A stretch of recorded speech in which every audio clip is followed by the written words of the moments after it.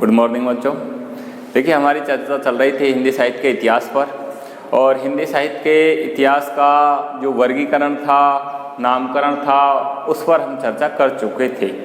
इसके बाद अगला जो टॉपिक है हमारा वो है हिंदी साहित्य का आदिकाल। यहीं से हमारा हिंदी साहित्य का इतिहास प्रारंभ हो जाता है।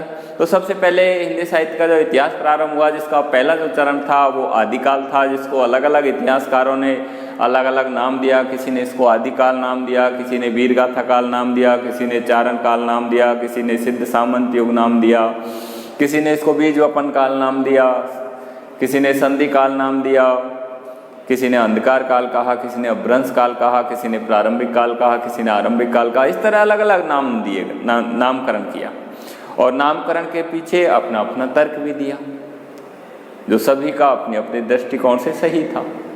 लेकिन उन सभी जो इतिहासकार थे, उन सभी ने हिंदी साहित्य का जो आदिकाल नाम है उसी को सर्वश्रेष्ठ माना, और आचार्य हजारी प्रसाद द्विवेदी द्वारा जो दिया हुआ नाम था आदिकाल, उसी से अधिकतर इतिहासकार सहमत रहे। जो अत्यधिक प्रचलन में रहा वो था आदिकाल। आदिकाल, अब मैंने आपको बताया कि हिंदी साहित्य के इतिहास की जो तिथियां हैं वो आदिकाल एवं मध्यकाल। मध्यकाल जिसमें दो पार्ट थे, पूर्व मध्यकाल एवं उत्तर मध्यकाल। पूर्व मध्यकाल जिसको भक्तिकाल कहा गया, उत्तर मध्यकाल जिसको रीतिकाल कहा गया। तो इसका मतलब है हिंदी साहित्य की जो तिथियां हैं वो आदिकाल में, भक्तिकाल में और रीतिकाल में, वो ईस्वी सन में लिखी जाकर विक्रम संवत में लिखी गई थी। और विक्रम संवत और ईस्वी सन में मैंने आपको बताया था कि विक्रम संवत होता है वो ईस्वी सन से 57 वर्ष आगे होता है, जिसको हमारे इतिहासकारों ने जब हमारे इतिहास की जब तिथियों का वर्गीकरण कर रहे थे, कालखंडों का जब वर्गीकरण कर रहे थे, तो उसमें लगभग उन्होंने राउंड फिगर के हिसाब से उसको 50 वर्ष मान लिया था। और 50 वर्ष उसको आगे ले जा करके और उन्होंने हिंदी साहित्य के आदिकाल की जो समय सीमा है वो निर्धारित की थी 1050 विक्रम संवत से 1375 विक्रम संवत। देखिए, ईस्वी सन में लिखी जाकर विक्रम संवत में लिखी गई थी। क्यों? क्योंकि 1000 ईस्वी के आसपास से हमारे हिंदी साहित्य का इतिहास प्रारंभ हो गया था। तो उन्होंने उस 1000 ईस्वी को उन्होंने विक्रम संवत में उसको व्यक्त करने के लिए उन्होंने लगभग 1050 विक्रम संवत से 1375 विक्रम संवत तक इस तरह उसको आदिकाल को वर्गीकृत किया। आ गया सर? आगे देखिए, अब इस 1050 विक्रम संवत से 1375 विक्रम संवत जिसको आदिकाल नाम दिया गया था, इस आदिकाल में किस तरह के ग्रंथ हुए, उन ग्रंथों की क्या प्रमुख विशेषता थी, उनके प्रमुख ग्रंथकार कौन है, वो हमारे सिलेबस में है। तो सबसे पहले देखिए, मैंने आपको बताया कि हिंदी साहित्य का जो आदिकाल है उसमें जो ग्रंथ लिखे गए थे उसमें प्रमुख रूप से दो तरह के ग्रंथ थे, एक राज साहित्य, एक रासो साहित्य। राज साहित्य है वो अपभ्रंश भाषा में थे, वो हमारे जैन धर्म के जो चरित्र नायक हैं उनके जीवन चरित्र को लेकर थे, उनके उपदेशों को लेकर थे, जिनको हम आदिकाल के ग्रंथों के अंदर उनका महत्व है वो कम माना गया है। आदिकाल के जो ग्रंथ है वो अधिकतर रासो साहित्य से जुड़े हुए हैं, रासो साहित्य से जुड़े हुए हैं, और रासो साहित्यों की जो विशेषताएं हैं वही आदिकालीन ग्रंथों की प्रमुख विशेषताएं हैं। आदिकालीन काव्य की प्रमुख विशेषता वही है जो रासो साहित्य की विशेषताएं हैं। रासो साहित्य, अब मैंने आपको बताया कि हिंदी साहित्य का जो इतिहास है वो तत्कालीन जो परिस्थितियां हैं उस पर निर्भर करता है। आचार्य रामचंद्र शुक्ल ने कहा भी था कि किसी भी देश का साहित्य हो वो वहाँ की जनता की चित्तवृत्ति का संचित प्रतिबिंब होता है। जैसे जैसे जनता की चित्तवृत्तियाँ, मनोवृत्तियाँ बदलती जाती है, साहित्य का स्वरूप है उसी तरह बदलता चला जाता है। अब जनता की चित्तवृत्ति और मनोवृत्ति किससे बदलती है? तत्कालीन परिस्थितियों से बदलती है। तो हम साहित्य का जब अध्ययन करते हैं, साहित्य के इतिहास का अध्ययन करते हैं, तो साहित्य का इतिहास है वो उस समय की जो परिस्थितियाँ हैं, तत्कालीन जो भी परिस्थितियाँ हैं, उन परिस्थितियों के ऊपर निर्भर करता है।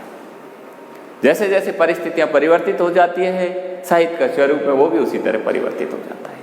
अब हमारे इस युग में किस तरह की परिस्थितियां थी समाज में, किस तरह की समस्याएं थी, उनको हमारे रासो ग्रंथों में उनका वर्णन किया गया, और रासो ग्रंथों में जो वर्णन किया गया था उन प्रवृत्तियों का, वो ही आदिकालीन साहित्य की प्रमुख विशेषताएं बनी।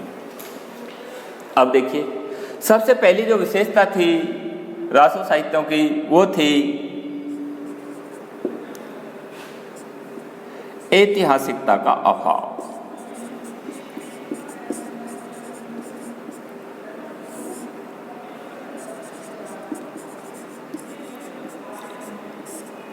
ऐतिहासिकता का अभाव। अब देखिए, दो चीजें होती है, एक तो होता है इतिहास और एक होता है साहित्य।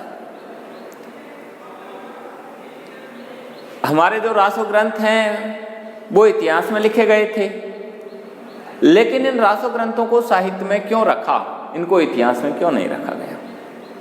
तो इसका मतलब है इतिहास में और साहित्य में कुछ तो अंतर है, इसीलिए तो ये इतिहास की विषय वस्तु न बन करके साहित्य की विषय बनी।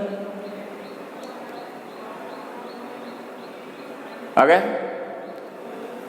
तो देखिए, हमारे जितने भी जो रासो ग्रंथ थे, उन रासो ग्रंथों में उनके जो नायक हैं वो तो ऐतिहासिक पात्र हैं, ऐतिहासिक व्यक्ति हैं, लेकिन उनके आगे की जो घटनाएं हैं उनमें हमारे जो साहित्यकार हैं उन्होंने कहीं कहीं कल्पना का प्रयोग करते हुए और उनकी तिथियों में, उनकी नामावलियों में, उन घटनाओं में उन्होंने कल्पना का प्रयोग करते हुए और उन्हें परिवर्तन कर दिया है।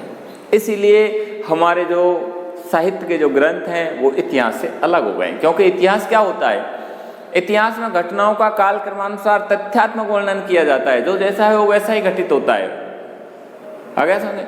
जबकि साहित्य में ऐसा नहीं है। साहित्य में जो साहित्यकार होते हैं वो अपनी कल्पना के माध्यम से,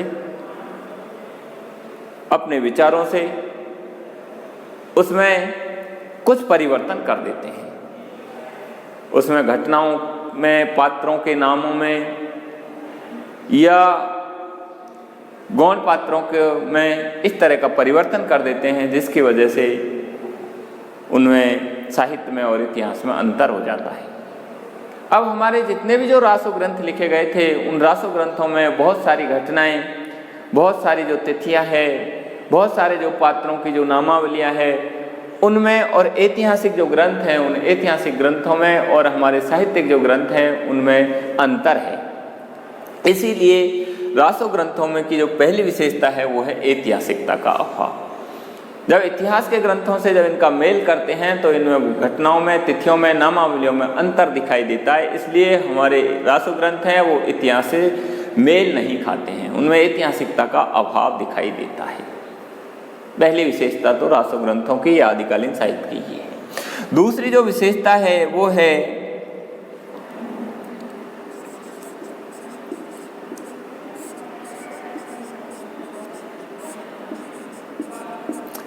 युद्ध वर्णन में सजीवता। युद्ध वर्णन में सजीवता। अब देखिए, रासो ग्रंथ है उनमें युद्ध व वीरता का वर्णन है। तो उस समय आदिकाल में जिस समय रासो ग्रंथ लिखे गए थे, रासो ग्रंथ किनके द्वारा लिखे गए? चारण कवियों द्वारा लिखे गए। भाट व चारण कवियों द्वारा लिखे गए थे। राजा महाराजाओं के आश्रय में रहते थे चारण, और राजा महाराजाओं के साथ युद्ध भूमि में भी ये कलम के साथ साथ तलवार से भी तलवार भी चलाते थे। राजा महाराजाओं के साथ युद्ध भूमि में जाते हैं और युद्ध भूमि में जाकर के अपना जो राजा है, अपना जो शासक है, उसकी वीरता का, उसके शौर्य का, उसके साहस का बढ़ा चढ़ाकर वर्णन करते थे। सामने वाला जो राजा है या जो प्रतिपक्षी राजा है उसकी कमी वे अपने वाले राजा की प्रशंसा में एक काव्य रचना करते थे। इसलिए इन्होंने युद्धों का ऐसा वर्णन किया जैसे मानो ये आंखों देखा हाल सुना रहे हो। आप रासो ग्रंथों में देखिए, अधिकतर जो रासो ग्रंथ हैं उनमें युद्ध और वीरता का वर्णन है। वहाँ कवियों के द्वारा जो युद्ध और वीरता का वर्णन किया गया उसमें ऐसा लगता है पढ़ने पर कि मानो कवि भी युद्ध के समय वहीं उपस्थित हो, और उपस्थित रहते भी थे। ये कलम के साथ साथ तलवार के भी धनी होते थे। आवश्यकता पड़ने पर युद्ध भूमि में कलम तो चलाते थे, साथ में तलवार के भी हाथ चलाते थे। लिखा है, आपने देखा होगा, आपके सिलेबस में पृथ्वीराज रासो है, उसमें लिखा है बज्जिए घोर निशान रानम चौहान चहोदिस। बज्जिए घोर निशान रानम चौहान चहोदिस। तो इस तरह उन्होंने युद्ध भूमि का इस तरह का चित्रण किया। युद्ध भूमि में युद्ध का इस तरह का चित्रण किया है जैसे मानो कभी वहीं खड़ा होकर के और आंखों देखा हाल सुना रहा हो। तो इस तरह इनका जो युद्ध वर्णन है वो उसका इस तरह का सजीव चित्रण इन कवियों ने अपनी कविता में किया है। अगली जो विशेषता है आदिकालीन साहित्य की वो है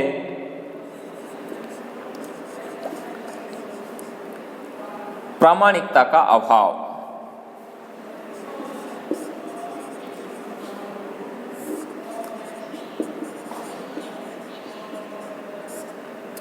प्रामाणिकता का अभाव। अब देखिए जितने भी रासो ग्रंथ हैं उनमें बहुत सारे ग्रंथ ऐसे हैं जो अप्रमाणिक हैं। क्यों? क्योंकि उनमें ऐतिहासिकता का अभाव है और ऐतिहासिकता का अभाव है तो उनके प्रामाणिकता पर संदेह है, संदिग्ध है।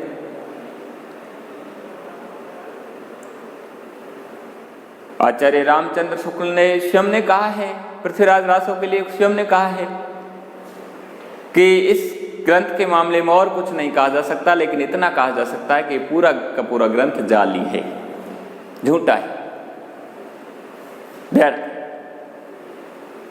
तो इस तरह की बातें इन ग्रंथों के विषय में मिलती है। क्यों? क्योंकि इनके जो घटनाएं हैं, इनके जो नाम हैं, इनकी जो तिथियां हैं, उनमें और ऐतिहासिक जो ग्रंथ है उनकी तिथियों में मेल नहीं खाता है। बहुत सी जगह तो ऐतिहासिक जो पात्र हैं उन्हीं के नामों में अंतर है।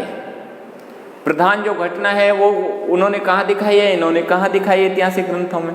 तो इस तरह का जो इनमें जब अंतर पाया गया तो इनकी जो प्रामाणिकता है उस पर पाठकों को संदेह हो गया। तो इनकी प्रामाणिकता को लेकर हिंदी साहित्य के जो इतिहासकार हैं उनमें 3 तरह के इतिहासकार हो गए। कुछ इतिहासकार तो इनको बिल्कुल प्रामाणिक मानने वाले हो गए, कुछ इनको अप्रामाणिक मानने वाले हो गए, और कुछ इनमें कहीं कहीं इतिहास का मेल खाता है और कहीं कहीं इनमें कल्पना का प्रयोग किया गया है। तो इस तरह इतिहास और कल्पना दोनों का मिश्रण होने की वजह से कुछ इतिहासकार है वो इनको अर्ध प्रमाणिक मानते हैं। जो घटना इतिहास से मेल खाती है उसको प्रमाणिक मानते हैं, जो मेल नहीं खाती है उसको अप्रमाणिक मानते हैं। इस तरह प्रमाणिक और अप्रमाणिक दोनों चीजें मिलने की वजह से वो इन ग्रंथों को अर्ध प्रमाणिक भी मानते हैं। अगली जो विशेषता है हिंदी साहित्य के आदिकालीन साहित्य की वो है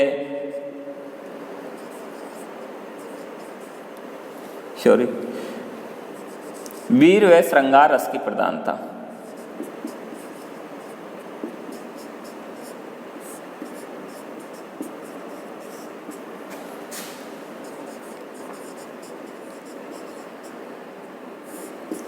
वीर व श्रृंगार रस की प्रधानता। अब देखिए रासो ग्रंथों में अधिकतर मैंने आपको कहा था रास शब्द से बनाए, और रास का मतलब होता है लड़ाई झगड़ा या युद्ध। तो इन ग्रंथों में अधिकतर जो रासो ग्रंथ है उनमें युद्ध और वीरता का वर्णन है। युद्ध और वीरता का वर्णन है तो वीर रस स्वाभाविक ही आएगा। लेकिन सभी रासो ग्रंथों में युद्ध और वीरता का वर्णन नहीं है। बहुत सारे रासो ग्रंथ ऐसे हैं जिसमें प्रेम और श्रृंगार का भी चित्रण है। क्योंकि आदिकालीन जो साहित्य था उस समय जो भी शासक थे वो अपनी महत्वाकांक्षाओं को लेकर पड़ोसी जो शासक है उस पर किसी भी महत्वाकांक्षा को लेकर आक्रमण कर देते थे, या तो उसकी साम्राज्य को हथियाने के चक्कर में, या उसकी कोई सुंदर राजकुमारी होती थी तो उसको अधीन करने के चक्कर में, या उसकी कोई इस तरह की सुंदर रानी होती थी तो उसके चक्कर में भी उसके ऊपर आक्रमण कर देते थे। लिखा है आधे रासो ग्रंथों में लिखा हुआ है। एक जगह लिखा हुआ है जाई घर देखी सुगर मेहरिया ताई घर दिया बरौना दाए। देखिए इनके ये इस तरह की धारणा थी उस समय के जो रासो ग्रंथों में जो शासकों का वर्णन किया गया, उन शासकों की इस तरह की महत्वाकांक्षा थी कि वे जिस घर भी सुगर मेहरिया को देख लेते थे, सुंदर स्त्री को देख लेते थे, चाहे वो उसकी राजकुमारी हो चाहे उसकी महारानी हो, ताई घर बरई बरौना डाल, उसी घर जाकर के वो अपने डेरे डाल देते थे। इस तरह की इन लोगों की धारणा थी और युद्ध करते थे। आपके पृथ्वीराज रासो में इसी तरह का वर्णन है। उधर देखिए प्रेम और श्रृंगार का भी वर्णन है। आपने विसल देव रासो पढ़ा होगा जिसमें कहीं भी युद्ध और वीरता का वर्णन नहीं है। उसमें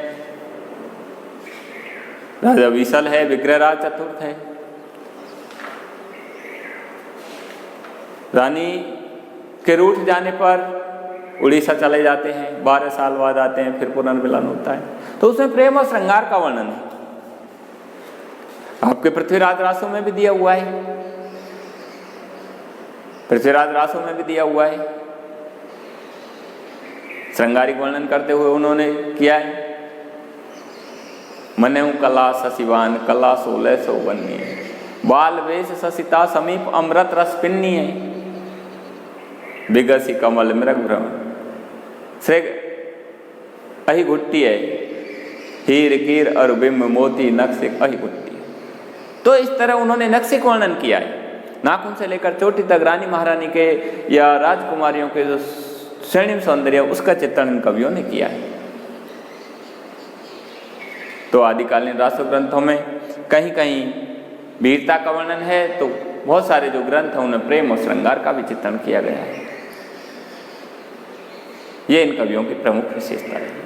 अगली जो विशेषता है आदिकालीन साहित्य की वो है आश्रयदाताओं की प्रशंसा।